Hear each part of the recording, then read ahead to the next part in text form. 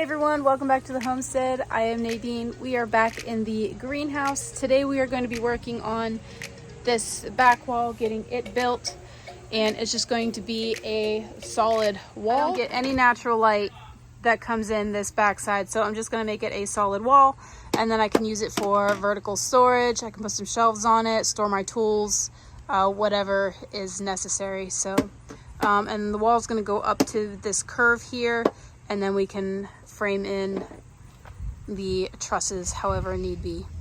So let's head over to the garage, make our cuts, and then we can start building.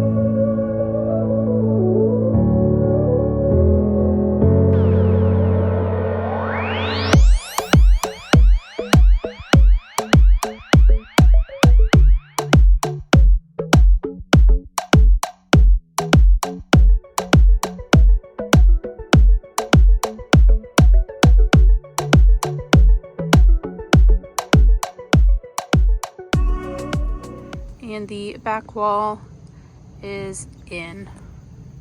So all of the walls for the greenhouse are officially at least studded in here.